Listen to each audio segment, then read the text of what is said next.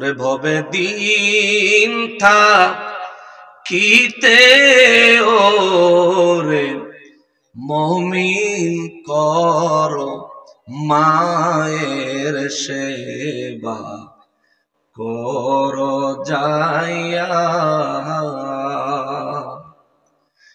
ভবে দিন তাপ কিতে ওরে মানুষ মায়ের সেবা কর যাইয়া জননী রে ভুইলা গেছ রে হায় রে সুন্দর একটা নারী পাইয়া ওরে মানুষ কর যাইয়া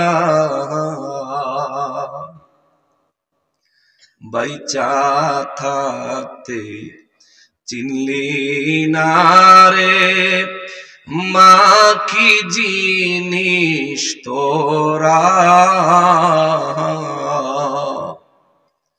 বাইচা থাকতে চিনলি না রে মা কি জিনিস তোরা রাস্তায় বৈশা কাঁদবি একদিন রে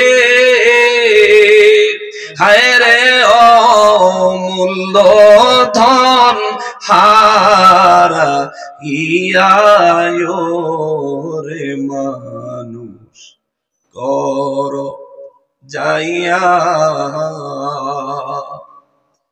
যুবক ভাই, এটুকু গজল তোমার জন্য ছিল, বেঁচে থাকলে মা বাবা খেদমত দিও। নবী বলেন আল জান্নাতু তাহতা কদামিল উম্মাহাত, তোমার মায়ের কদমের নিচে আমার রব্বুল ইজ্জত তোমার জন্য জান্নাতের ফয়সালা করেছেন। আর হাদিস মুবারকের মধ্যে নবী বলেন মা বাবা কারো জন্য জান্নাত, মা বাবা কারো জন্য জাহান্নাম। যে মা বাবার সন্তুষ্টি হাসিল করতে পেরেছে সে মা বাবার মাধ্যমে জান্নাত হাসিল করেছে। যে মা বাবাকে অসন্তুষ্ট করেছে, কষ্ট দিয়েছে, নবী বলেন ওই ব্যক্তি মা বাবার খেদমত না করার কারণে, সন্তুষ্টি হাসিল না করার কারণে দুনিয়াতে থেকে জাহান্নামের জন্য নিজেকে তৈয়ার করেছে। জোরে বলেন নাউজুবিল্লাহ। আমার ভাইজান, আমি গুনাহগাররে দোয়া করার জন্য কিছু হাদিয়া দিয়েছেন, 500 টাকা। আল্লাহ তাআলা আমার ভাইজানের মনের নেক মকসুদ পুরা করে দেন। জোরে বলেন আমিন। ভাইজানের আম্মা জানের কবর আল্লাহ জান্নাতের টুকরা বানায় দেন। জোরে বলেন আমিন। আর জোরে বলেন আমিন। মুসলমানের আরিফ, আমার পেয়ারা নবীর উম্মতের আরিফ, যেই কথাটা বলছিলাম আমার নূর নবী রাহমাতুল লিল আলামিন বলেন মুমিনকে কবরে জিজ্ঞেস করবে, মুনাফিককে কবরে জিজ্ঞেস করবে মা কুনতা তাকুলু, দুনিয়ায় তুমি কি বলতা ফি হাক্কি হাযা রাজুলুল্লাযী বুইসা ফীকুম, এই যে ব্যক্তি যিনি হক সহকারে, সত্য সহকারে, সত্য দিন সহকারে তোমাদের মাঝে তাশরীফ এনেছিলেন, আগমন করেছিলেন, বুইসা ফীকুম তোমাদের মাঝে আগমন করেছিলেন, এই ব্যক্তি সম্পর্কে দুনিয়ায় তুমি কি বলতা? তার মানে দুনিয়ায় তোমার আকীদা বিশ্বাস কি ছিল? নবী বলেন মক্কার কাফেরদেরকে, কাফেররা রে, যদি তোমরা দুনিয়ায় আমি নবী রাহমাতুল লিল আলামিনের দিন, আনিত দিন, আল্লাহ পাকের দিন এবং আমি নবীকে রাসূল হিসেবে যদি মেনে না নাও, তাহলে কবরে তোমার জন্য প্রশ্ন হবে মা ওয়ামান নবিয়ুকা, কবরে তোমার জন্য প্রশ্ন হবে তোমার নবীকে। আর যদি ঈমান নিয়ে কবরে যাইতে পারো, ঈমানদারকে যখন প্রশ্ন করা হবে, আমি নবীকে দেখায়া দেখায়া প্রশ্ন করা হবে, ঈমানদারের জন্য প্রশ্নের জবাব দেওয়া সহজ হয়ে যাবে। জোরে বলেন সুবহানাল্লাহ। কাফির বেঈমানের এই কথা শোনার পরে বলে মুহাম্মদ সাল্লাল্লাহু আলাইহি ওয়াসাল্লাম তারপরে কি হবে? নবী বলেন কবরের মধ্যে যারা জাহান্নামী হবে, প্রশ্নের উত্তর যারা দিতে পারবে না তাদের জন্য কবরে জাহান্নামের আযাব আরম্ভ হবে। বলে কিভাবে? জাহান্নাম থেকে তার কবরের সঙ্গে গুহার মুখ লাগায় দেওয়া হবে, জাহান্নাম থেকে আযাব গজব তার কবরে আসতে থাকবে। আমার নবী রাহমাতুল লিল আলামিন বলেন, আর যদি মুমিন হয় তার জন্য কবরে সর্বপ্রথম আল্লাহ জান্নাতি বিছানা লাগায়া দিবে। সুবহানাল্লাহ, জোরে কর, আরো জোরে বলেন। কবরে যাওয়া লাগবে নি? লাগবে নি? কবরে যাওয়া লাগতো না এমন একজন মানুষ এখানে আছেননি? কবরে জীবন বরণ করাই লাগবে। তারা জীবন থেকে মুক্তি আছে, কবরের জীবন থেকে মুক্তি নাই। একবার ঢুকবেন তো বের হয়ে আবার দুনিয়ায় আসার কোনো সুযোগ নাই। ইসরাফিল ফেরেশতা যেদিন বাঁশিতে ফু লাগায় দিবে, ওই দিন আমার আল্লাহ আপনাকে বের করবে কবর থেকে।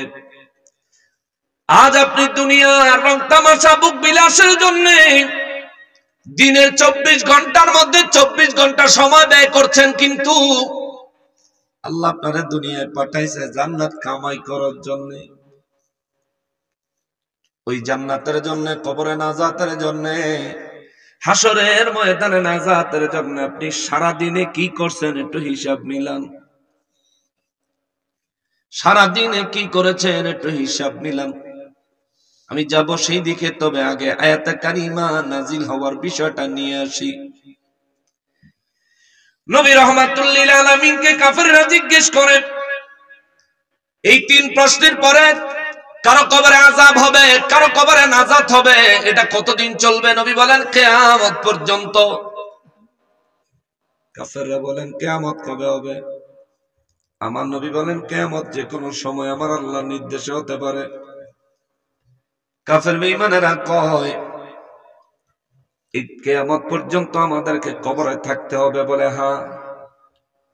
বলে কিয়ামতের দিন কি হবে? বলে আবার তোমাদেরকে তোলা হবে কবর থেকে। কাফের বেঈমানেরা কয় কবরের ভিতরে এত বছরে তো আমাদের হাড়ও থাকতো না, গোশত থাকতো না, কবরের ভিতরে এতদিন পর্যন্ত আমাদের হাড্ডিও থাকতো না, মাংস থাকতো না, তাইলে তোমার রব হাসরের ময়দানে আমাদেরকে তুলবেন কিভাবে? তুমি বলতেছো আমাদেরকে তুলবে। এ মুহাম্মদ সাল্লাল্লাহু আলাইহি ওয়াসাল্লাম, বলো দেখি আমাদের পূর্বপুরুষরা যারা মারা গেছে, তোমার রব কি তাদেরকেও হাসরের ময়দানে তুলবে নাকি? আমার নবী বললেন হ্যাঁ হ্যাঁ হ্যাঁ তুলবেন। তারা হাসতে লাগলো, ঠাট্টা বিদ্রুপ করতে লাগলো। নবী রাহমাতুল লিল আলামিন বলে, ঠাট্টা বিদ্রুপ করার কি হলো? তারা বলেন কবরে আমাদের পূর্বপুরুষদের কবর এখন খুললে হাড্ডিও পাওয়া যাবে না, তুমি বলতেছো তাদেরকে আল্লাহ আবার বানাবে, কি দিয়া বানাবে? আমার নবী বলেন তাইলে গোপন খবর শুনে যাও, মানুষকে আমার রব্বুল আলামিন যে বানিয়েছেন, মায়ের গর্ভে সন্তান যাওয়ার পরে, মায়ের গর্ভে বীর্য যাওয়ার পরে, ওই নুতফা থেকে আমার আল্লাহ যখন মানুষ সৃষ্টি করেন, 40 দিন পর্যন্ত নুতফাটা নুতফাই থাকে। 40 দিন পরে আল্লাহ নির্দেশে রক্তের পিণ্ডে আকার ধারণ করে। নবী রাহমাতুল লিল আলামিন বলেন আবার 40 দিন পর্যন্ত রক্তের পিণ্ডের আকারে থাকে, রক্তের দলা রক্তের খণ্ডের আকারে থাকে। 40 দিন আবার পার হলে এটা গোশতে রূপান্তরিত হয়। নবী বলেন আরো 40 দিন পার হলে এখানে গোশতের ভিতরে হাড্ডিতে রূপান্তর হয়। তবে সর্বপ্রথম একটা বিন্দু সরিষার দানার ন্যায় হাড্ডি দিয়ে আমার আল্লাহ দেহের ভিতরে হাড্ডি প্রশস্ত করা শুরু করে দেয়।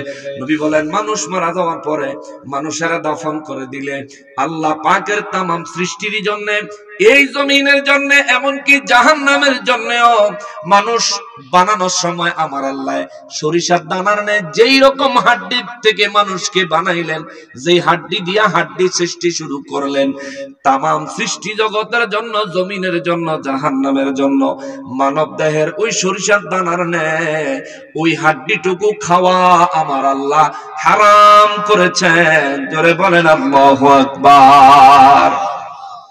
জাহান্নাম মানুষের পুরা দেহ জ্বালায়া দিবে, ওই সরিষার দানার ন্যায় হাড্ডিটা জ্বালাবে না।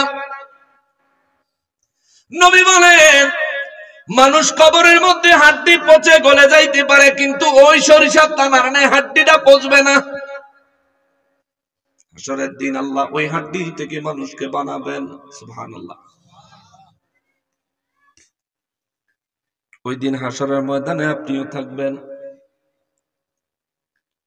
ওই হাসরের ময়দানে আমিও থাকব। কাফের বেঈমানেরা যখন বলল মুহাম্মদ সাল্লাল্লাহু আলাইহি ওয়াসাল্লাম তোমার রব, আমাদের হাড্ডি মাংস গলে পচে শেষ হয়ে যাওয়ার পরেও আমাদেরকে কিভাবে আবার বানাবেন? আল্লাহ কা হুজুর আমি জবাব দিচ্ছি, আপনি শুধু শোনায়া দেন, জোরে কোন সুবহানাল্লাহ। রব্বুল আলামিন বলেন বিসমিল্লাহির রহমানির রহিম নাহনু খালাকনাকুম, আমি রব্বুল আলামিনই তো তোমাদেরকে সৃষ্টি করেছি। ফালাউলা তুসাদ্দিকুন, যদি আমি আল্লাহ তোমাদেরকে বানায় থাকি তাহলে তোমরা এটা বিশ্বাস করো না কেন? আমি রব্বুল ইজ্জাত তোমাদেরকে বানিয়েছি এই কথা তোমরা বিশ্বাস স্থাপন করো না কেন? রব্বুল ইজ্জাত তারপরে বলেন আফারাআইতুম মা তুমনুন, জোরে বলেন আল্লাহু আকবার। রব্বুল আলামিন বলেন আফারাআইতুম, এ দুনিয়াবাসী রে, তোরে আমি কবর থেকে আবার পুনরায় জিন্দা করব, পুনরায় বানাবো কেমনে, এটা নিয়ে তুই প্রশ্ন তোলস। আল্লাহ কয় তুই ভাইবা দেখছস নি, চিন্তা কইরা দেখছস নি? কি ভাবতাম? মা তুমনুন, তোমার ভিতরে আমি আল্লাহ যে বীর্য দিছি, তোমার ভিতরে আমি আল্লাহ যে নুতফা দিছি, যেই নুতফার মাধ্যমে, যেই বীর্যের মাধ্যমে আমি আল্লাহ আদম বানাই, সন্তান বানাই, মানুষ বানাই, তোমার দেহের ভিতরে এই যে বীর্যটা আমি রব্বুল আলামিন দিয়েছি, এই বীর্য সম্পর্কে তুমি ভাবছো নি? চিন্তা কইরা দেখছো নি? কি চিন্তা করব? আল্লাহ কয় আনতুম তাখলুকুনাহু, চিন্তা কইরা আমি আল্লাহর জবাব দাও, ওই বীর্যটা কি তোমরা বানাইছো নি? আল্লাহু আকবার। জোরে কয়, আরো জোরে বলেন। প্রশ্নটা করলেন কে? কে করলেন? বয়ান বুঝেন তো? শিক্ষিত মানুষ, আপনাদের বুঝতে অসুবিধা হবে না আমি জানি। প্রশ্নটা করছেন কে? মক্কার কাফের বেঈমানদের জন্য আমার নূর নবী রাহমাতুল লিল আলামিনকে আমার আল্লাহ বলেন হুজুর আপনি বলে দেন আনতুম তাখলুকুনাহু আম নাহনুল খালিকুন,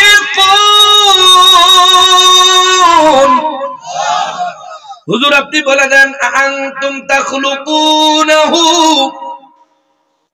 নুতফা সম্পর্কে চিন্তা করো, এই নুতফা কি, যেই নুতফার দ্বারা আমি আল্লাহ তোমাদেরকে বানাইছি, যেই নুতফার ওসিলা দিয়া, যে নুতফার দ্বারা তোমাদেরকে বানাইছি, এই নুতফাটা কি তোমরা সৃষ্টি করছিলানি?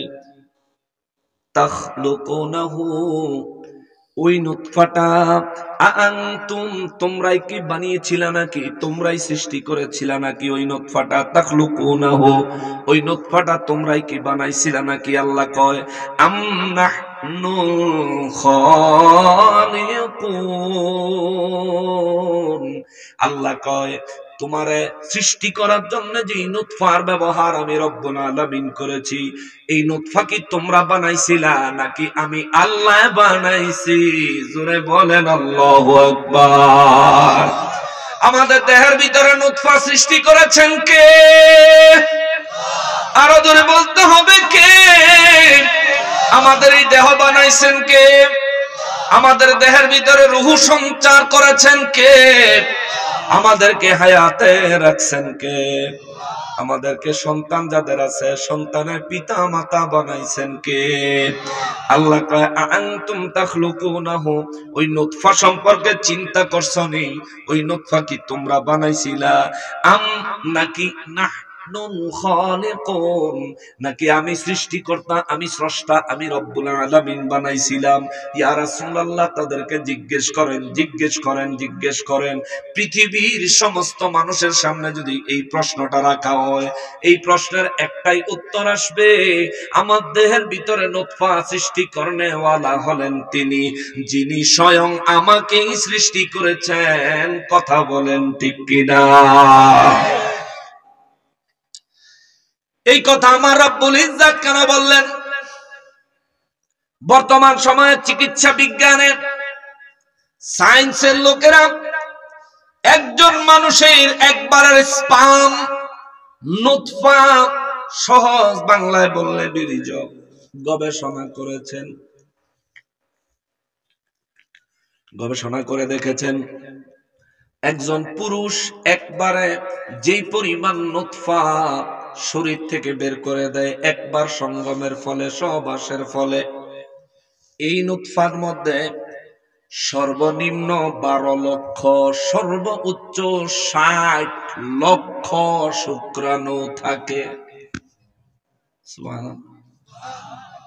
সুবহানাল্লাহ, জোরে কোন মিয়া সুবহানাল্লাহ। ঘুমাই গেছেন কেন? কি 1 ঘন্টার বেশি ওয়াজ করুন যাইতেন আপনি করে? 1 লাখ ওয়াজ করুন যায় না, আপনাদের তাওয়াজ্জু লাগবে পুরা। একজন মানুষ, একজন পুরুষ একবার তার বিবির সঙ্গে মেলামেশার পরে তার শরীর থেকে যে পরিমাণ নুতফা বের হয়ে যায়, বিজ্ঞান রিসার্চ করেছে, সায়েন্টিফিক ব্যাখ্যায় গুগলে সার্চ করলে পাইবেন। একজন মানুষের একবার নুতফা থেকে সর্বনিম্ন 12 লক্ষ, সর্বোচ্চ 60 লক্ষ। এর মধ্যে যদি শুক্রাণুর পরিমাণ কোন পুরুষের নুতফার মধ্যে, এর মধ্যে এই লিমিটের মধ্যে যদি না থাকে, ওই পুরুষই সারা জীবন বিবাহিত থাকে, বিবির সঙ্গে শারীরিক সম্পর্ক করে, কিন্তু সন্তানের পিতা হইতে পারে না। 12 লক্ষ শুক্রাণুর কম যদি কারো নুতফার মধ্যে থাকে, ওই পুরুষ বলে পুরুষত্বহীন।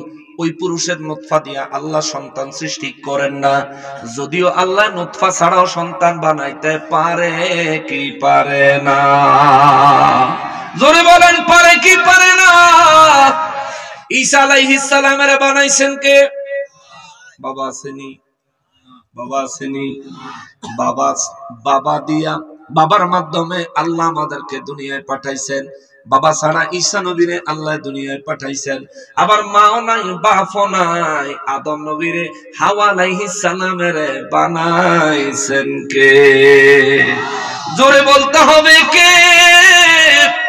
ওই রব্বুল আলামিন আমাদের শরীরের মধ্যে নুতফা দিলেন। বিজ্ঞান বলে সর্বনিম্ন 12 লক্ষ শুক্রাণু। শুক্রাণুর ব্যাখ্যা কি? শুক্রাণু হইল একটা শুক্রাণু দিয়ে আল্লাহ একজন মানুষ বানায়। সুবহানাল্লাহ। আমি যে একটা জলজান্ত মানুষ, মাত্র একটা শুক্রাণু ছিলাম। 12 লক্ষ থেকে 60 লক্ষ পর্যন্ত এর মধ্যে মায়ের গর্ভে প্রবেশ করেছিল। এই 60 লক্ষ শুক্রাণুর মধ্য থেকে 59,99,999 জন শুক্রাণুর সাথে যুদ্ধ কইরা আমি গুনাহগার এবং আপনি গুনাহগার, আমি গুনাহগার, আমি অধম এবং আপনি মায়ের গর্ভে 59,99,999 59,99,999টা শুক্রাণুর সাথে যুদ্ধ কইরা একা মায়ের গর্ভে আপনি টিকেছিলেন। ওই মায়ের গর্ভে আমারে আর আপনারে টিকাইছিলেন কে? জোরে বলেন না কে? এই জন্য রব্বুল আলামিন বলেন, মায়ের গর্ভে যখন সন্তান শুক্রাণু আকারে প্রবেশ করে নুতফার মাধ্যমে, রব্বুল আলামিন বলেন, এই নুতফা তোমরা বানাইছিলানি নাকি আমি আল্লাহ বানাইছি? কেন বললেন আমার আল্লাহ এই কথা? বললেন এই কারণে, দুনিয়ায় আপনি আমি যতই বাহাদুরি, যতই মাস্তানি করি না কেন, একদিন আমাদের কোনো অস্তিত্ব ছিল না।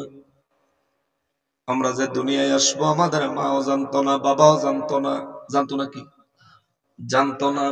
রব্বুল ইজ্জত বলেন, আমি আল্লাহ তোমাদেরকে শূন্য থেকে, নাই থেকে, অস্তিত্বই নাই, সেখান থেকে তোমার মায়ের গর্ভে আমি পাঠাইছি 60 লক্ষ শুক্রাণু কিংবা তার কিছু কম, সর্বনিম্ন 12 লক্ষ শুক্রাণু আমি আল্লাহ পাঠাইলাম তোমার মায়ের গর্ভে।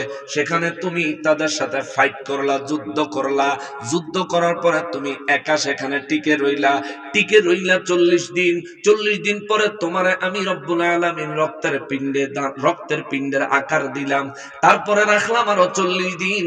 আরো 40 দিন যাওয়ার পরে আমি রব্বুল আলামিন তো এই রক্তের পিণ্ডটারে গোশতের টুকরা বানাইলাম। এরপরে আমি রব্বুল আলামিন আরো 40 দিন শুধু গোশতের টুকরা তোর মায়ের গর্ভে রাখছিলাম।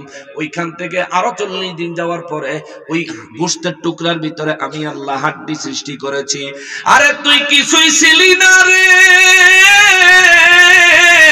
শূন্য থেকে আমি যেই রব্বুল আলামিন তোরে বানাইতে পারছি, তুই মাটিতে মিশে ধ্বংস হয়ে গেলেও হাসরের ময়দানে হাজির হওয়ার জন্য আমি রব্বুল আলামিন তোরে আবার বানাইতে পারবো। কথা বলেন ঠিক কিনা? জোরে বলতে হবে আল্লাহু আকবার।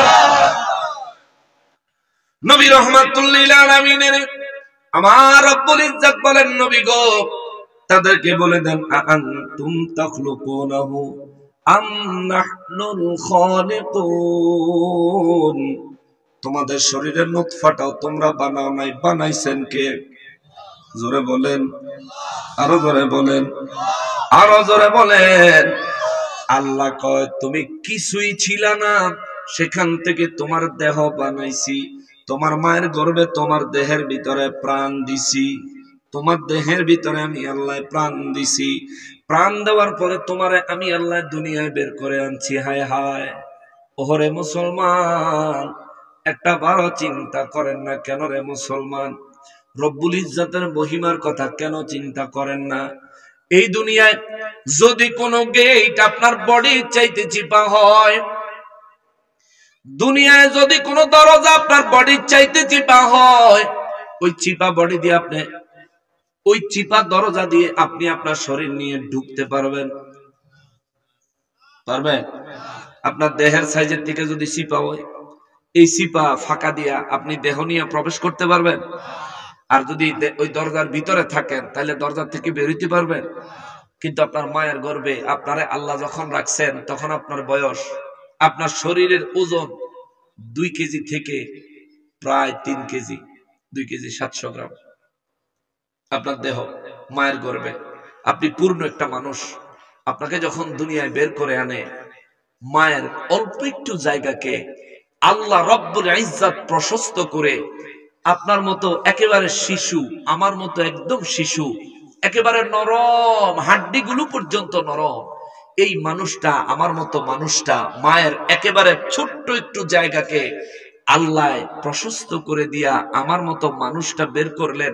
শরীরের কোনো জায়গায় আঁচড় লাগলো না, শরীরের কোনো জায়গায় আঘাত লাগলো না, হাতের একটা আঙ্গুলেও মোচড় খাইলো না, পায়ের একটা আঙ্গুলেও মোচড় খাইলো না। আল্লাহু আকবার! চিন্তা করেন না কেন? ওই রব্বুল ইজ্জত তিনি আমাদেরকে মায়ের গর্ভ থেকে যদি বের না করতেন, বের করার মতো কেউ ছিল? কত মায়ের সিজার হওয়া সত্ত্বেও মা মারা যায়, কত মায়ের সন্তান সিজার করে বের করার পরেও সন্তান মারা যায়। কিন্তু এইখানে আমরা যারা এই প্রজন্মের যারা আছি, এই প্রজন্মে, বর্তমান প্রজন্মে আমরা যারা আছি, আমাদের মধ্যে অধিকাংশ মানুষ আল্লাহ তাআলা মায়ের নরমাল ডেলিভারির মাধ্যমে দুনিয়াতে পাঠাইছেন। ঠিক না বাবা? এখন সানা কিছু হইতে না হইতে ডাক্তারের কাছে, ডেলিভারির টাইম হয় না, 1 সপ্তাহ আগে ডাক্তারে কয় কইরা লন লাগবো, নাইলে ফেড়া অসুবিধা হইব। কাইটা সেরিয়া 12টা বাজাইয়া দেয়, বাজায় বাচ্চা বাহির করে কয় হায় হায় বাচ্চা তো চোখ ফুটে নাই। ডাক্তারে কয় অসুবিধা, বাচ্চা না বাড়িলে, বাইর করে কয় চোখ ফুটে নাই, ভেন্টিলেশনে রাখতে হইব, ভেন্টিলেশনে দিয়ে কয় আইসিইউতে রাখতে হইব। আইসিইউ দেওয়ানোর পরে মা 1 সপ্তাহ, 1 মাস, 2 মাস, 3 মাস মার লগে বাচ্চার লগে দেখা নাই। এরকম হয় কি হয় না? জোরে বলেন, হয় কি হয় না? আর রব্বুল ইজ্জত আপনারে আমারে মায়ের নরমাল ডেলিভারির মাধ্যমে দুনিয়ায় আনলেন। দুনিয়ার আলোর মধ্যে প্রবেশ করার সাথে সাথে ওয়া বলে চিৎকার দিয়েছি, জোরে বলেন আল্লাহু আকবার। রব্বুল আলামিন বলেন, নবী গো, ও নবী, বিশ্ববাসীরে বলে দেন, বীর্য থেকে আল্লাহ কেন উদাহরণ দিলেন?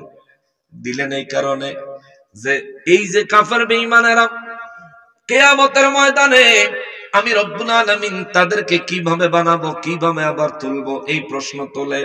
হুজুর তাদেরকে বলে দেন, এদের তো একদিন কোনো অস্তিত্বই ছিল না, আমি তো এদের অস্তিত্বহীন থেকে অস্তিত্ব দিয়েছি। আমি হলাম ওই রব যিনি তাদেরকে অস্তিত্বহীন থেকে অস্তিত্ব দেনেওয়ালা। আমি ওই রব। নাহনু কদ্দারনা বাইনাকুমুল মাউতা ওয়া মা নাহনু বিমাসবুকিন।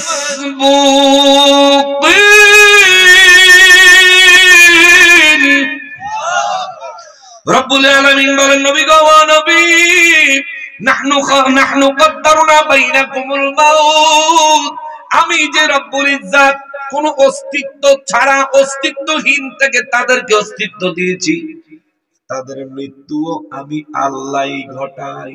সুবহানাল্লাহ। মউত দাতাকে, মৃত্যু দেন কে? জোরে বলেন, আরো জোরে বলেন, আরো জোরে বলেন। আমাদের মৃত্যু দেনওয়ালা কে? আমাদেরকে হায়াতে রাখছেন কে? রব্বুল আলামিন কয়, আমি যাদেরকে অস্তিত্বহীন থেকে অস্তিত্ব দিতে পেরেছি, এ মুসলমান আপনার জীবনটা একটু মিলান রে বাবা। এখানে যত মানুষ আছেন প্রত্যেকটা মানুষকে যদি জিজ্ঞাসা করি, বাবারে আজকের ফজরের নামাজ কয়জনে পড়ছেন? অল্প সংখ্যক কিছু মানুষ ছাড়া বাকি সব বেনামাজি। ঠিক না বাবা? জোহরের নামাজ অল্প সংখ্যক কিছু মানুষ ছাড়া বাকি সব জোহরের নামাজের ক্ষেত্রে বেনামাজি। আসর মাগরিব এশার নামাজ অনেকেই পড়েন নাই, আজকে এশা পড়েন নাই, আবার এশা পড়তেন না, পুরা নিয়ত করে লাইছেন ওয়াজ শুনে বাড়িতে যাব, গিয়ে একটু ঘুমাবো, সকালে 10টা 11টা 12টার সময় উঠবো, কারণ সারা রাত ওয়াজ শুনছি, অনেক কষ্ট করছি। ওয়াজ শুনছেন সওয়াব হবে, নামাজ না পড়লে গুনাহ হবে। ওয়াজ শুনছেন সওয়াব হবে, নামাজ না পড়লে গুনাহ হবে। ওয়াজ শুনেছেন ফায়দা পাবেন, নামাজ না পড়লে বড় ক্ষতি হবে, ক্ষতি হবে, ক্ষতি হবে। আপনি নামাজ পড়েন না কোন সাহসে? কোন সাহসে আপনি নামাজ পড়েন না? বলবেন হুজুর নামাজ পড়ার জন্য তো বাড়িতে পুলিশ আসে না, এই জন্য পড়ি না। বাবা, এই যে জমিনের মধ্যে বসে আছেন, জমিনের মালিক কি? জোরে কোন, আরো জোরে কোন। আপনি যে বসে আছেন দেখনি আপনার দেহের মালিক কি? আপনার দেহের ভিতরে যে রূহ আছে, আপনি যে জিন্দা আছেন, এই জিন্দা হায়াতে আপনারা রাখছেন কে? এই এলাকার কোন মানুষ অসুস্থ আছে না? অসুস্থ মানুষ আছে না? যদি কোনো মানুষ হাসপাতালে থেকে থাকেন, ওই মানুষটারে হাসপাতালে রাখছেন যে আল্লাহ পরিপূর্ণ সুস্থ রাখছেন আমাকে, সেই আল্লাহ। কথা বলেন ঠিক কিনা? জমিন আমার আল্লাহর, দেহ আমার আল্লাহর, রুহু আমার আল্লাহর, আমারে সুস্থ রাখছেন আমার আল্লাহ। তাইলে যেই রবের জমিন, যেই রবের দেহ, যেই রবের রুহু, যেই রবের দেওয়া সুস্থতায় আমি আরামে আছি, শান্তিতে আছি, মাহফিলে আসলাম, ওই রব্বুল ইজ্জত দিনে 5 ওয়াক্ত নামাজে মুয়াজ্জিনের জবানে 10 বার ডাকলো, হাইয়া আলাস সালাহ।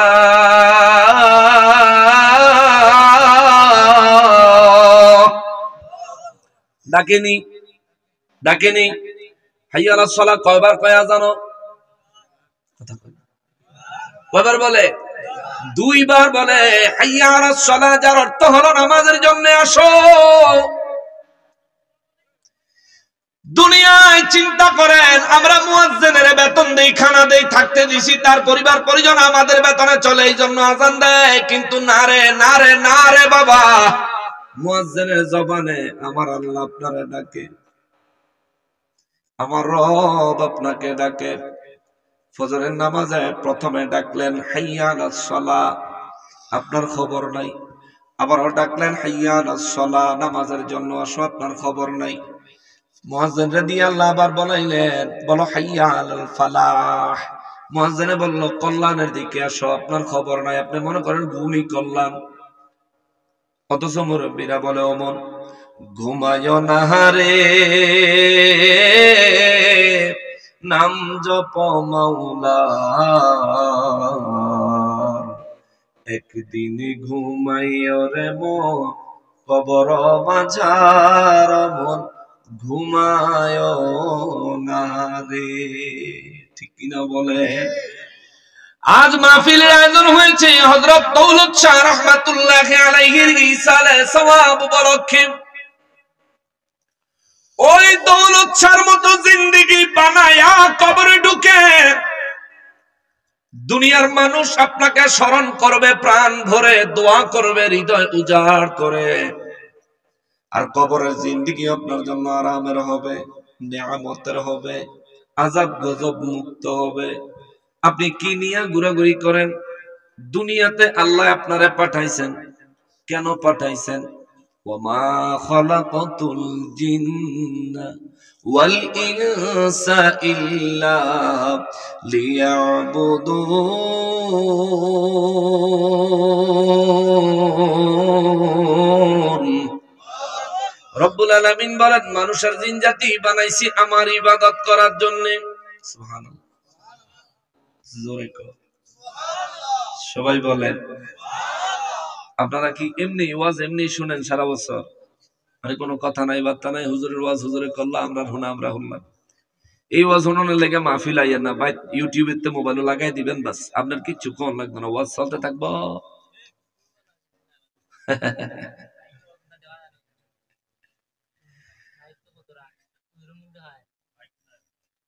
তুমি তাইলে একটা সাইডে আইও না বাবা, এক সাইড দিয়ে আইও, আমিও তো তোমার দেখি না। হেরার অসুবিধা নাই, তোমার অসুবিধা হইতেছে, সাইডে আইও, আইও আইও আইও।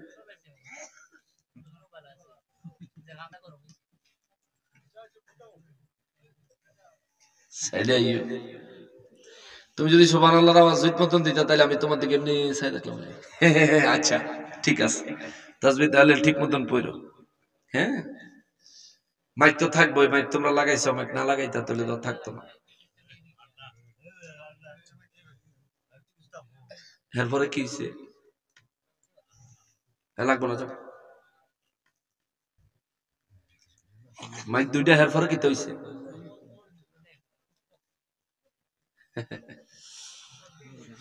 তুমি কি চাও এই মাহফিলটা এই এলাকার মধ্যে সীমাবদ্ধ থাক, এটা সারা দুনিয়া ব্যাপী ছড়িয়ে যাক? তুমি চাও না? তো চাইলে তো তুমি তো যুবক মানুষ, এটা মুরব্বী কইলে বুঝতাম, তোমার তো ব্যাপারে ব্রড মাইন্ডেড হওয়া উচিত।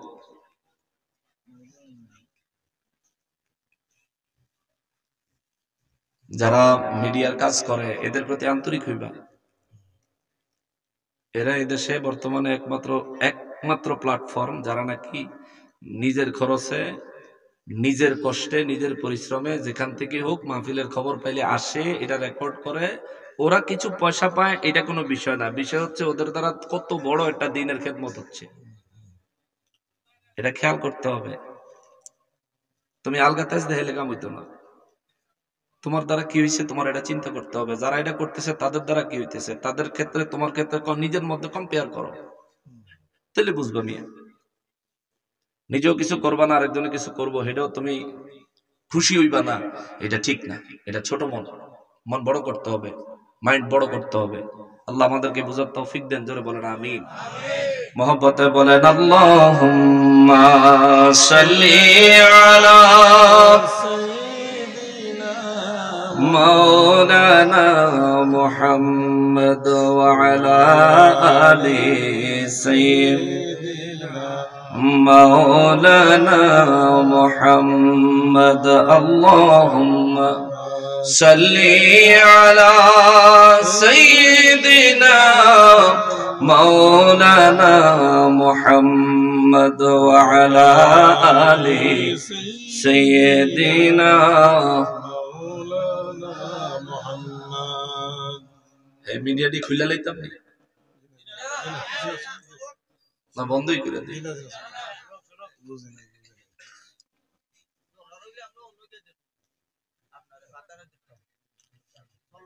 শিখো, কাজে দিবা।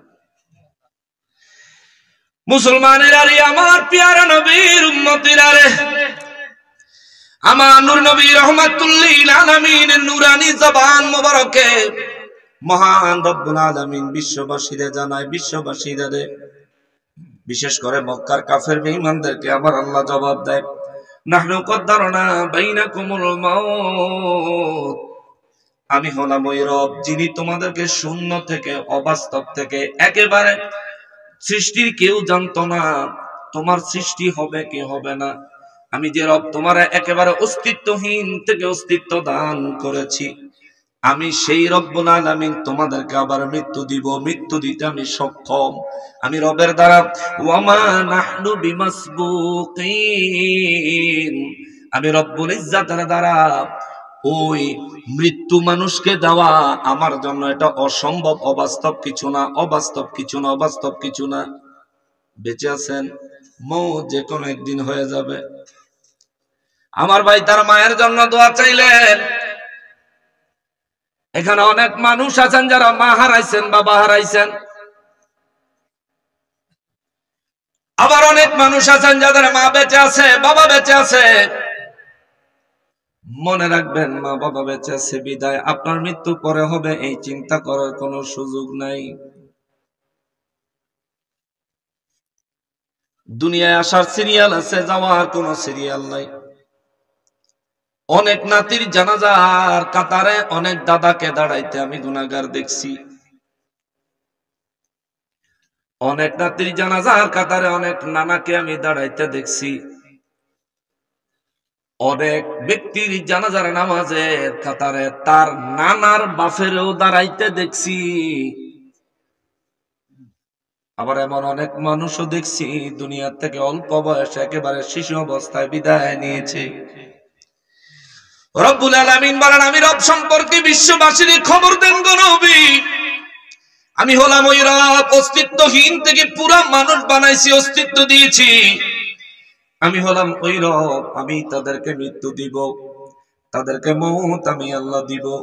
তাদেরকে বলেন কেন তারা আফালা তুসাদ্দিকুন, রব্বুল ইজ্জত বলেন ফালাওলা তুসাদ্দিকুন, এরা তবুও কেন মানে না, তবুও কেন বিশ্বাস করতে চায় না, তবুও কেন বিশ্বাস করতে চায় না। রব্বুল আলামিন বলেন, এরপরে আমার আল্লাহ আরো কয়, আলা আন নুবাদদিলা আমসালাকুম, সুবহানাল্লাহ। আল্লাহ কয়, আমি যদি ইচ্ছা করতাম যেই নুতফা দিয়া তোরে বানাইছি এই নুতফা দিয়া তোর জায়গায় ভিন্ন কোন সৃষ্টি বানাইতে পারতাম। আল্লাহু আকবার। পারতনি, পারতনি বলেন, আল্লাহ পারতেন। আল্লাহ বলেন, ওয়ানুশিয়াকুম ফীমা লা তা'লামুন।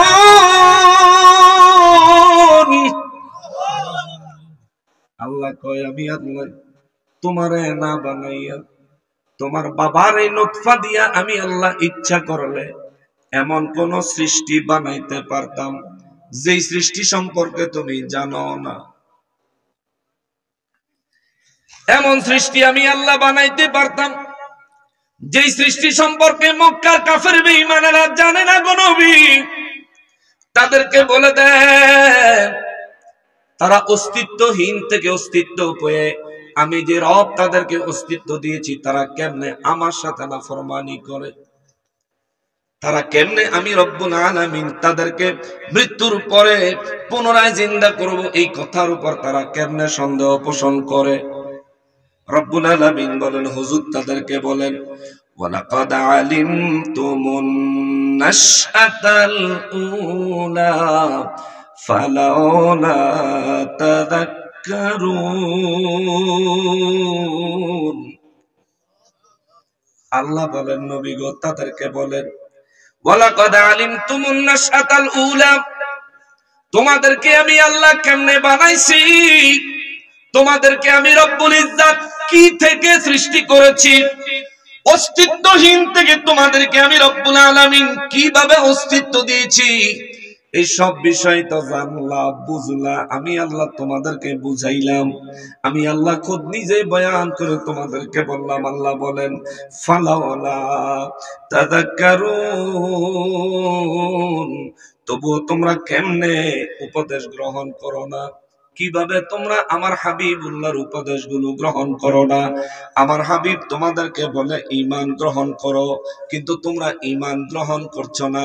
আমার হাবিব তোমাদেরকে বলছেন আমি রব্বুল আলামিনের উপরে একত্ববাদের উপরে ঈমান রাখো, শিরিক করা থেকে বেঁচে থাকো, কিন্তু তবুও তোমরা ঈমান রাখতেছো না, শিরিক করতেছো। ও মুসলমানেরই, আপনাদের সমাজে কেউ যদি চুরি করে তার অপরাধ যত, যে চোরের সাহায্য করছে তার অপরাধ কি কম? যে চুরি করছে, যে চোরের সাহায্য করছে, এই দুইজনের অপরাধ কি কম না সমান? কারোর থেকে কারো অপরাধ কম আছে না, কম নাই। যে শিরিক করে এবং যে শিরিককারীদেরকে সাহায্য করে, এই দুইজনের অপরাধের মধ্যে কোনো পার্থক্য আছে? সমান অপরাধ।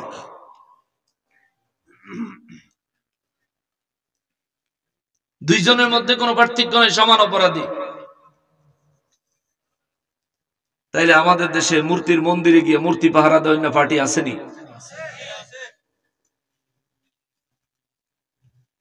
নবীর শান মান মোহাব্বত আজমতের কথা বললে তারা দলিল করে মুখে ফেনা তুইলা দেয়। তা আমরাও তাদের কাছে জানতে চাই, শালীন ভাষায় মূর্তির পাহারা দিলেন কোন দলিলে? ঠিক কিনা বলেন? ইব্রাহিম আলাইহিস সালাম তাকে রেখে তার চাচা আজরে যখন নমরুদের অনুষ্ঠানে গেল, মেলায় গেল, ইব্রাহিম আলাইহিস সালাম ওই সময় চাচার মূর্তিগুলো পাহারা দিছিলেন না ভাঙছিলেন? নবীদের আগমন হয়েছে, তশরীফ এনেছেন মূর্তিকে ভাঙার জন্য, গড়ার জন্য নয়, পাহারা দেওয়ার জন্য নয়। ঠিক কিনা বলেন? তবে আমরা বিধর্মীদের উপর আক্রমণাত্মক হওয়া আমাদের ইসলাম কখনোই সমর্থন করে না। তার মানে এই নয় যে আমি গিয়ে হের মূর্তি পাহারা দিব।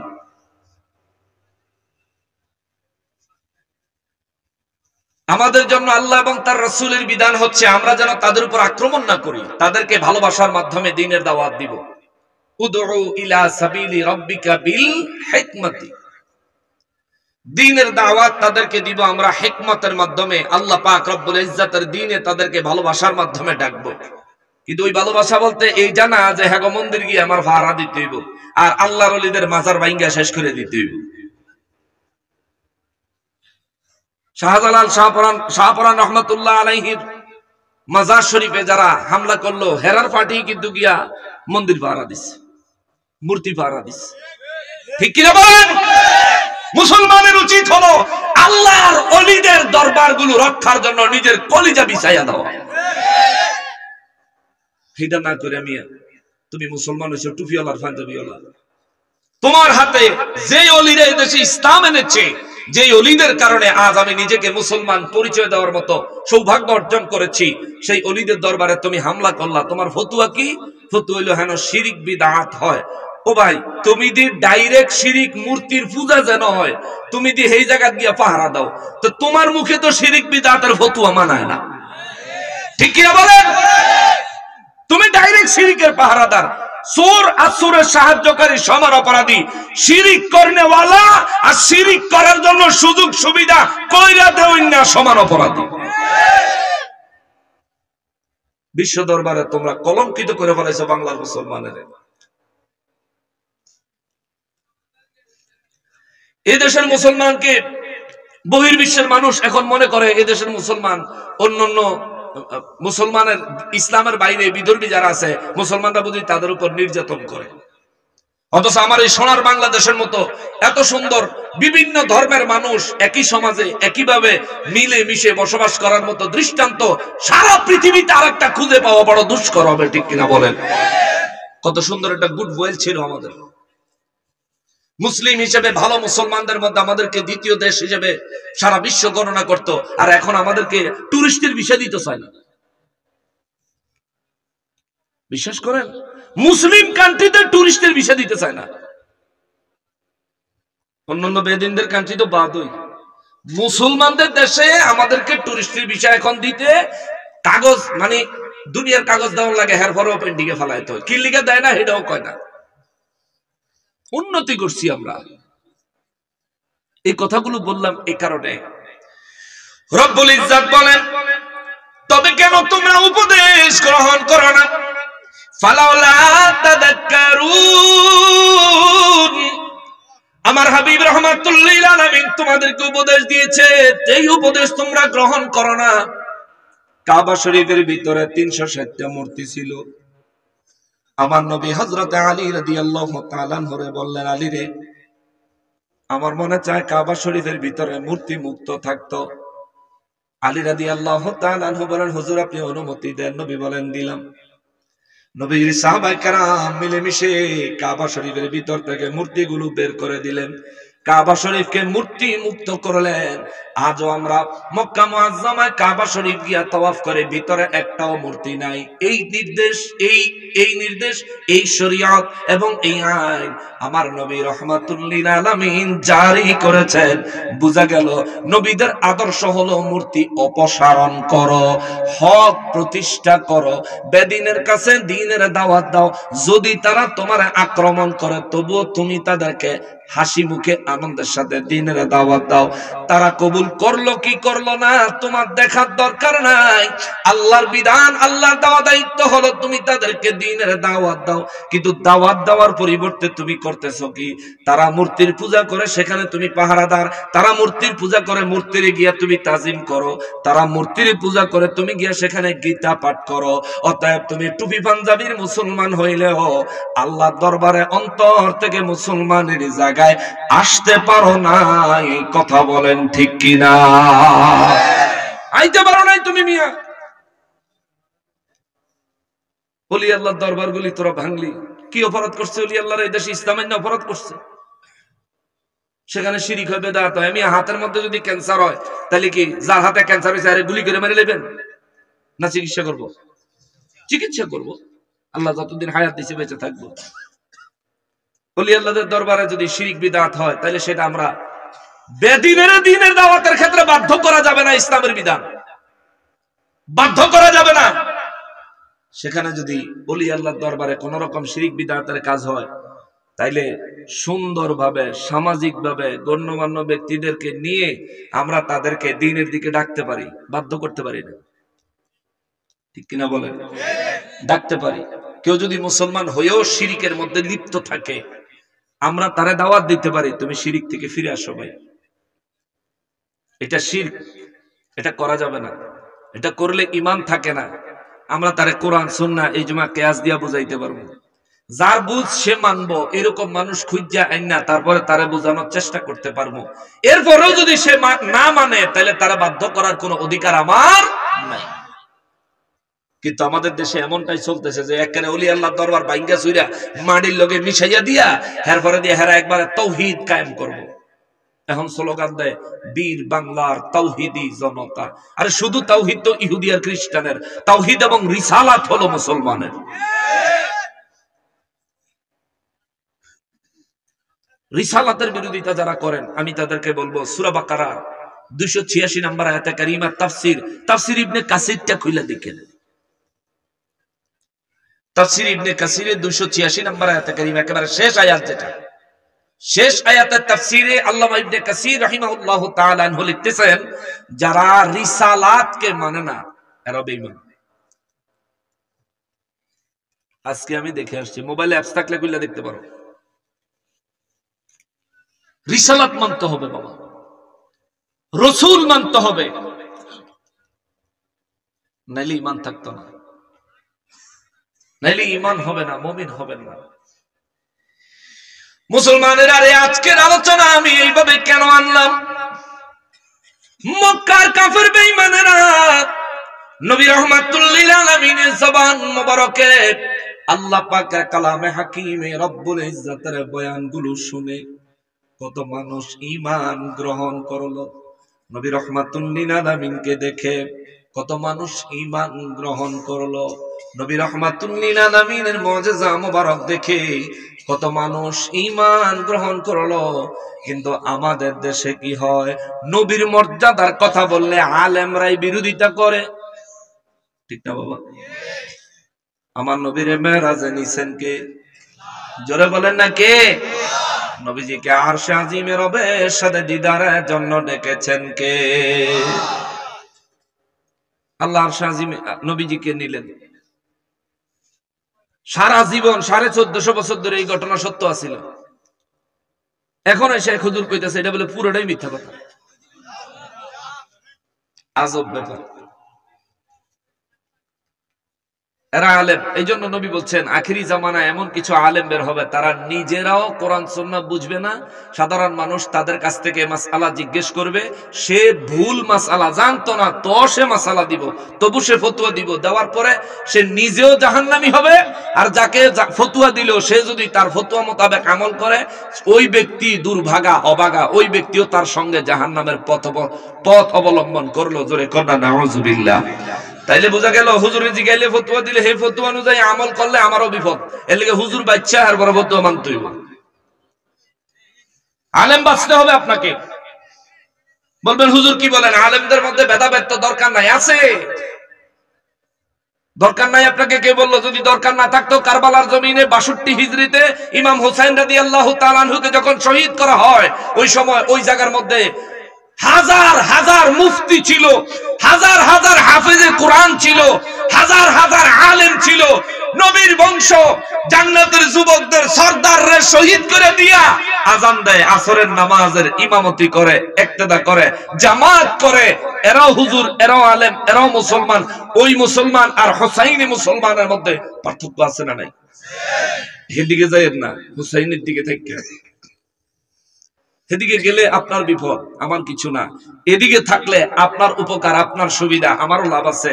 আমার লাভ হলো আমার কথার কারণে আপনার বিবেকের দরজাটা খুলেছে। আপনি যদি হিদায়াতের পথে আসেন, আহলে সুন্নাত ওয়াল জামাতের পথে থাকেন, তাইলে আল্লাহ রাব্বুল ইজ্জাত আপনার আমলের কারণে, ইবাদতের কারণে যেটুকু ফজিলত দিবেন, তার থেকে কিছু কিছু আল্লাহ আমাকেও দিবেন। সুবহানাল্লাহ বলেন। আবার আপনিও যদি ভিন্ন অন্য কাউকে যদি দ্বীনের পথে, হক পথে যদি কাউকে দাওয়াত করেন, ডাকেন, তাহলে আপনার জন্য ওই ব্যক্তি যা আমল করবে তার থেকে কিছু অংশ আল্লাহ তাআলা আপনাকে দিবে। কিন্তু যার আমলের থেকে আল্লাহ আপনাকে দিবেন তার আমল কমবে না। সুবহানাল্লাহ বলেন। আমাদের যেন এটা হয়। মুসলমান মুআজ্জাজ মুকাররম, মৃত্যুবরণ সবাইকেই করতে হবে, মৌতের জন্য তৈয়ার হন। আমি বয়ানের মধ্যে একটা কথা বলে গেছি, সিরিয়াসলি নিছেন কিনা জানি না। ঘরে বাবার কথা না শুনলে বাবার ঘরে বাবায় জায়গা দেয় না। বাবার কথা, মায়ের কথা ঘরে অমান্য করলে মা বাবায় মাঝে মধ্যে সন্তানের খাবার বন্ধ করে দেয়, ঠিক না? কথা শুনতি না, যা আজকে খাওয়ান বন্ধ, যা। আগেরকার সময় এগুলো হইতো, যার কারণে ফলাফল মানুষ থাকতো, সোজা থাকতো। এখনকার ছেলে পেলেরাও মা বাবার কথা শুনতে চায় না। মা বাবা তাদেরকে শাসন করতে গেলে উল্টা বেয়াদবি করে বসে। মা বাপ ভয় পায়। আগে মা বাপ বাচ্চাদেরকে শাসন করতো, বাচ্চারা মা বাবার জমের মতন ভয় পাইতো, ভালোবাসতো, ভয়ও পাইতো। কিন্তু এখনকার সময় মা বাপ ভয় পায় যে তারে যদি শাসন করি তে নিয়ে আবার আমার বেইজ্জতি করে ছেড়ে দেয়, ঠিক কিনা বলেন? ভয় পায়। আমি কথাটা বললাম এই কারণে, আপনার মা, যে মা আপনাকে গর্ভে ধারণ করছে, আপনার গায়ে ফুলের টোকা আপনার মা সইতে পারে না। বাড়িতে পুলিশ আসলে আপনার মা কয় পুলিশ অফিসাররে যে আমার ফুল আরে তুই যান, আমারে লয়ে যান। আপনার সেই মা, আপনার সেই বাবা যে নিজের শরীরে রক্তকে পানি করে দিয়ে আপনার জন্য রোজগার করেন। ঈদের সময় নিজের পায়ের জুতা নাই, কিন্তু আপনার জন্য কাপড় চোপড় ভালোভাবে ঈদের পোশাক কিনে দেয়। নিজের পেটে খাবার নাই, কিন্তু আপনার জন্য আসার সময় ঠিকই সন্তানের কথা মনে পড়ছে, আপনি কি খান, কি পছন্দ করেন, পকেটে পয়সা থাকলে ওই জিনিসটা নিয়ে আসে। আপনার ওই বাবায় কথা না শুনলে গরতে বাড়ি করে দেয়, আপনার ওই বাবায় কথা না শুনলে খাবার বন্ধ করে দেয়। কিন্তু যেই রব্বুল আলামিন আপনারে বানাইলেন, এই দুনিয়াতে জায়গা দিলেন, এই অক্সিজেন প্রতি মুহূর্তে নিচ্ছেন আল্লাহ, ছাড়তেছেন আল্লাহর জমিনে। সেই রবের দৈনিক 5 বার মুয়াজ্জিন সাহেবে সেই রবের পয়গাম আপনার কানে পৌঁছে দিচ্ছে, হাইয়া আলাস সালাহ, নামাজে আসো। আপনি বান্দা নামাজে গেলেন না। আল্লাহ আপনাকে ডাকতেছেন দিনে 5 ওয়াক্ত নামাজে 10 বার মুয়াজ্জিনের জবানে। আপনি বান্দা নামাজে গেলেন না, আপনি সারা রাত ফেসবুক চালাইয়া ফজরের আজানটা যখন দেয় তখন চিন্তা করে আহা ফজর আজান দিলে সেটু ঘুমাইতে, এরপরে গিয়ে আপনি মোবাইলটা এক কিনারে থুইয়া ঘুমান। আবার এমন অনেক মানুষের খবর পাওয়া যায় মোবাইল হাত লইয়া ঘুমাই গেছে গা, মোবাইলে ফেসবুক ঘুরতেছে আর হেতে ঘুমাইতেছে। মা আইয়া বন্ধ করে, বাবা এসা বন্ধ করে। আপনি কেন এই ধরনের জীবন অতিবাহিত করতেছেন? মৌত একেবারে ঘাড়ের শাহরগের চাইতে আরো কাছে। আপনি মনে করেন আপনার বয়স আর কত হইছে, আপনি আরো অনেক দিন বাঁচবেন, মৌত ঘাড়ের শাহরগের চাইতে আরো অনেক অনেক কাছে। যে কোনো মুহূর্তে মৌত চলে আসবে। মৌত হইলে এমন একটা জিনিস, চলে আসলে পরে যে এক মুহূর্ত সময় দাও, দিবে? পাবেন না। বাড়িতে যদি পুলিশ ওয়ারেন্ট নিয়ে আসে, আপনি বলতে পারবেন যে দারোগা সাহেব আমি পালাইতাম না, নাহলে আমার সাথে একজন আসেন, আমি একটু নিজের প্রয়োজনীয় কাপড়টা নিয়ে নিই। অনেক দারোগা সাহেব আছে ভদ্রলোক, সুযোগ দিব, আবার অনেকে সুযোগ দেয় না। আমি দুনিয়ার বাস্তবতাটা বলি, একটু সুযোগ দিব, কিন্তু আজরাইল যখন আইব, যদি কন আমার এই যে পৃথিবীটা এরকম 10টা পৃথিবী আজরাইল তোমার দিলাম, তুমি আমার শুধু 5 মিনিট সময় দাও, দিব? দিব? 2 মিনিট, 1 মিনিট, 30 সেকেন্ড, 15 সেকেন্ড, বলে 1টা সেকেন্ড সময় দাও, আমি শুধু বলবো আস্তাগফিরুল্লাহ, শুধু এই কথাটা কমো, 1টা সেকেন্ড সময় দাও, দিবে? সময় শেষ। যেমন মোবাইলে কোথাও ফোন করছেন, মোবাইলের কথা কইতেছে, আপনি কত জরুরি কথা কইতেছেন, ব্যালেন্স শেষ, কাট করে লাইন কেটে দেবে। ঠিক না বাবা? আপনার জরুরি কথা, গুরুত্বপূর্ণ কথা, এটা মোবাইল কোম্পানি বুঝতো না, তোমার ব্যালেন্স শেষ। আপনারও হায়াত হলো জীবনের ব্যালেন্স। এই ব্যালেন্স যদি শেষ হয়ে যায়, মোবাইলের ব্যালেন্স শেষ হইলে রিচার্জ করতে পারবেন, জীবনের ব্যালেন্স শেষ হইলে রিচার্জ করার কোনো সুযোগ। অতএব বাবা, যারা মারা গেছেন তারা তো চলে গেছেন, কবরে যে আরামে আছেন তার মতো সৌভাগ্যবান আর কেউ নাই, আর কবরে যে বিপদে আছে তার মতো বিপদগ্রস্ত আর কেউ নাই। নবী বলেন তার চাইতে এতিম পৃথিবীতে আর কেউ নাই। দুনিয়ার এতিমের দুনিয়ার মানুষ সাহায্য করে, কিন্তু কবরবাসী এমন এতিম তার কেউ সাহায্য করে না। সাহাবায়ে কেরাম বলেন হুজুর তাইলে তাদের জন্য আমরা কি কোনো সাহায্য পাঠাইতে পারি না? নবী রাহমাতুল লিল আলামিন বললেন ঠিক আছে, তাইলে তোমরা একটা কাজ করতে পারো, আমি তো তোমাদেরকে কবর জিয়ারত করতে নিষেধ করছিলাম, কারণ যখন নিষেধ করছি তার আগে মুসলমান মুমিন ইমানদার মারা যায় নাই, কাফের বেঈমানের কবর ছিল, এজন্য আমি জিয়ারত করতে মানা করছিলাম।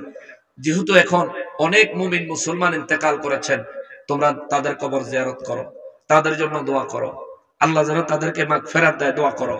এই দোয়ার রসুম তোমরা জারি রাখবা, চালু রাখবা। এই দোয়ার রসুম চালু রাখবা এই কারণে, তুমি যাদের জন্য দোয়া করে যাবা, তোমার সন্তান তোমারে দেখে শিখবে, তোমার ইন্তেকালের পরে তোমার জন্য দোয়া করবে। জোরে কর না সুবহানাল্লাহ। কিন্তু এখন দুঃখের বিষয় হলো, দোয়া করতো এখন বাধা দেয়, অথচ এটা না জায়েজ কেউ বলতে পারে না। দোয়া করাটা হারাম না জায়েজ কেউ বলতে পারে না। না জায়েজ না, তাইলে ভাই আমি তো দোয়া করি, তো সমস্যাটা কি? তুই ফতুয়া দেশ খা। আফসোস। আল্লাহ তাআলা তাদেরকে হেদায়েত নসিব করুক, আমাদেরকেও সিরাতাল মুস্তাকিমের পথ এনায়েত করুক। সবাই পড়েন আমিন, আরো জোরে পড়েন আমিন। বাবা, আখিরাতের কথা মাথায় রাখবেন, অন্তরে রাখবেন। মৌত যে কোনো সময় চলে আসতে পারে, একটু স্বার্থপর হইয়েন। আমি একটু স্বার্থপর হওয়ার ওয়াজ করি। স্বার্থপর হইয়েন। বিবি সন্তানকে খুশি করার জন্য কখনোই হারাম পথে পা দিবেন না। সুদ খাইতে আছেন, এটা নিজের জন্য আযাব গজব বাড়াইতে আছেন, আর কোনো ফায়দা নাই। আপনার এই সুদের টাকা খাই আপনার সন্তান আপনার কথা জীবনেও শুনবে না। ঠিক কিনা বলে? যারা সুদ খায় হ্যাকো ফলাবেন, হ্যাকো কথা শুনে হয় গুন্ডা ফান্ডা, হয় বাজে।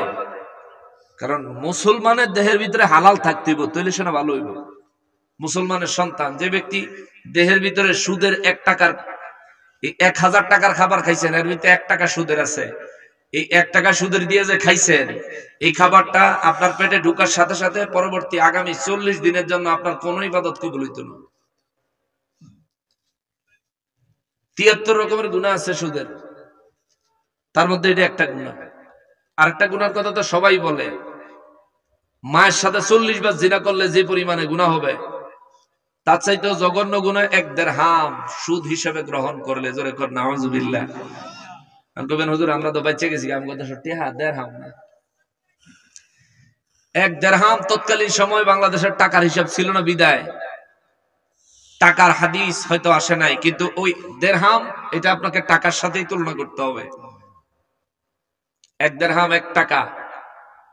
এখনকার সময় তো 1 দিরহামে বোধহয় 22 টাকা না যেন 30 টাকা। 30 টাকা না, 30 টাকা। তা আপনি যদি দিরহামের হিসাবও করেন, আপনি যদি 30 টাকার সুদ আপনি খান, এই 30 টাকার সুদ খাইলেন, ডেইলি 1 টাকা করে হলো 30 দিন হয়, কিন্তু না 40 দিন আপনার কোনো ইবাদত কবুল হইতো না। এর ভিতরে দিয়ে যদি কোন থাক আগামী 40 দিন তো কবুল হইতো না, তাই এখন এই 40 দিন খাই, 40 দিন পরে আর খাইতাম না। যদি এরকম চিন্তা ভাবনা থাকে তাইলে আপনার জন্য ভয়ঙ্কর মেসেজ আছে। আপনি আজকে খাইছেন, 40 দিনের মধ্যে আপনার ইবাদত কবুল হবে না। আবার 20 দিন পরে গিয়ে যদি একদিন খাইছেন, তাহলে এই 20 দিনের থেকে আবার শুরু হইলো আবার 40 দিন। বুঝতে পারছেন তো? অতএব হারাম পথে পা বাড়াবেন না। আপনি বিবি সন্তানের জন্য এই হাজার হাজার কোটি টাকা বানায় যাওয়ানোর কোনো দরকার নাই। এটি বানায় 11 দিয়ে যাবেন, আপনি মইরা কবরে যাবেন, বেশি সম্পদ দিয়ে যাবেন, এগুলি আপনার কবরের পারে জীবন হইয়া খাইতে চাইতো না। ঠিক কিনা বলেন? কবর জিয়ারতে দাঁড়াইতে চাইতো না, ভোগ বিলাস দুনিয়া নিয়ে মগ্ন হয়ে যাবে। হালাল ভাবে আপনি হাজার কোটি কেন লক্ষ কোটি টাকা রোজগার করেন, এই রোজগারের অর্থ আপনার সন্তানদেরকে দিয়া যান। তবে এই অর্থ দেওয়ার আগে সন্তানদের এই দ্বীনি শিক্ষা, ইসলামী শিক্ষা দেন। তাইলে আপনার হাজার কোটি টাকা আপনার সন্তান হারাম পথে ব্যয় করবে না। আপনি তাকে দিয়ে গেলে হালাল ভাবে রোজগার করছেন, আপনার কোনো জবাবদিহিতা নাই। আল্লাহ জিগাইবো কেমনে রোজগার করছো? আল্লাহ এমনে এমনে এমনে এমনে এমনে। খরচ কেমনে করছো? আল্লাহ এমনে এমনে এইভাবে এইভাবে এইভাবে খরচ করছি, বাকি আছিল এটি তুই আইছি, এটি জিফুতে ফলা পাই না পাইছে। তো আল্লাহ তাআলা আপনার আমলনামা গাইডটা দেখবো হারাম নাই। আল্লাহকে বোঝাক তোমার জীবনের কামাই করা এবং খরচ করার হিসাব থেকে আমি আল্লাহ তোমাকে মুক্তি দিলাম। জোরে কন্যা সুবহানাল্লাহ। বাচ্চা যাইবেন। আর যদি বেলে দুনিয়ার 1 লাখ টাকার সম্পদ থুয়ে গেছেন, এর ভিতরে 50 টাকা খালি হইল হারাম, বা 50 পয়সা হারাম, এই 50 পয়সার ঋণ পরিশোধ করার জন্য হাসরের ময়দানে পাগল পাগল হইয়া এমন বহু মানুষ আছে 1 পয়সার জন্য, 50 পয়সার জন্য, 1 টাকার জন্য জাহান্নামী হয়ে যাবে। নবী বলেন, যে ব্যক্তি 1 টাকার ঋণ থাকবে, যার কাছে ঋণ আল্লাহ বলবেন তার কাছ থেকে ক্ষমা নিয়ে আসো, সে যদি ক্ষমা করে দেয় আমি তোমাকে ক্ষমা করে দিব। সুবহানাল্লাহ। আপনি দৌড়ে যাবেন ওই ব্যক্তির কাছে, ভাই 1 টাকা হইতো না, মাফ করে দাও না, আজকে আমি জায়গা জান্নাতে, তবু 1 টাকা দাও আমারে। সেদিন আপনিও যদি পাওনাদার হন, আপনিও বলবেন যে আজকে আমিও তো যাইতাম না, তুমি যাইতাক আমার ঋণ না, ঋণ হলো ইয়া দাও আমার 1 টাকা দিয়ে যাও। তখন আপনি বলবেন যে আমি 1 টাকা কোত্থেকে দিব, এখন তো টাকা নাই। বলে নাই না, নাই কি আছে এটা আমার দেখার সময় নেই, আমি 1 টাকা তোমার কাছে পাওনাদার, তুমি আমার 1 টাকা দিয়ে দাও। বলবো ভাই এখন তো নাই, অন্য ব্যবস্থা করেন না। অন্য ব্যবস্থা করলে তুমি তো মানতা না। না মানব, বলে বলে অন্য ব্যবস্থা হইলো আমার কাছে আমার আমলনামার সবটি গুনাহ তুমি লয়ে যাইবা, তোমার আমলনামার সবটি নেকি আমার দিয়ে যাইবা। নাউজুবিল্লাহ। 1 টাকার ঋণ মাফ করাইলে বেহেশত যাইবেন। এখন যদি এই বেটার গুনাহ আপনি কান্দলন আর এই বেটারে যদি আপনি নেকি সব দিয়ে দেন, তাহলে আপনি তো জিরো হয়ে গেলেন। সেদিন কি উপায় হবে? একটা নেকি অর্জন করার আর কোন রাস্তা নাই।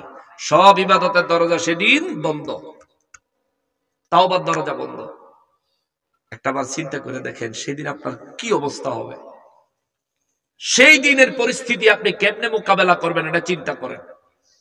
আজকের মাহফিলে যারা আসছেন বড় সৌভাগ্যবান, যারা আসেন নাই ইচ্ছা করে নাই আসে নাই, কিন্তু হাসরের ময়দানে যারা ইচ্ছা করব হেরা যাইব, যারা ইচ্ছা করতো না হেরা যাইতো না, এরকম ইচ্ছা প্রকাশ করার কোন সুযোগ আছে? নাই রে বাবা, এমন ইচ্ছা প্রকাশ করার কোন সুযোগ নেই। অতএব সেদিন এখানে আজকে যারা আছেন, ছোট আছেন, বড় আছেন, যুবক আছেন, বৃদ্ধ আছেন, প্রত্যেকটা মানুষ, এই যে ভাই সহ মুরব্বী, এই উনায় সহকারে হাসরের ময়দানে আমি সহকারে আমরা সব দাঁড়ায় যাব, দাঁড়ায় থাকতে হবে। সেদিন আমার চিন্তা আমাকেই করতে হবে, আপনার চিন্তা আপনাকেই করতে হবে। ওই হাসরের চিন্তা মাথায় রেখে নিজের জীবনকে পরিচালিত করেন। বিবির স্বাদ পূরণ করা আপনার জন্য জরুরি না হারাম ভাবে, যদি হালাল ভাবে হয় আপনি পূরণ করতে পারেন। বিবির ভরণ পোষণ দেওয়া জরুরি, সন্তানের ভরণ পোষণ এবং সুশিক্ষা দেওয়া জরুরি, কিন্তু তাদেরকে হারাম ভাবে অনেক অনেক অর্থ সম্পদ দিয়ে যাওয়া আপনার জন্য জরুরি না। আল্লাহ তাআলা আমাদেরকে বুঝার তৌফিক দান করেন, পরকালে নাজাত অর্জন করার মতো জিন্দেগি তৈরি করার তৌফিক দান করেন। সবাই পড়ি আমিন। ওয়া মা তাওফিক ইল্লা বিল্লাহ। শুন আমরা নবীজিকে দাঁড়ায় সালাম দেই।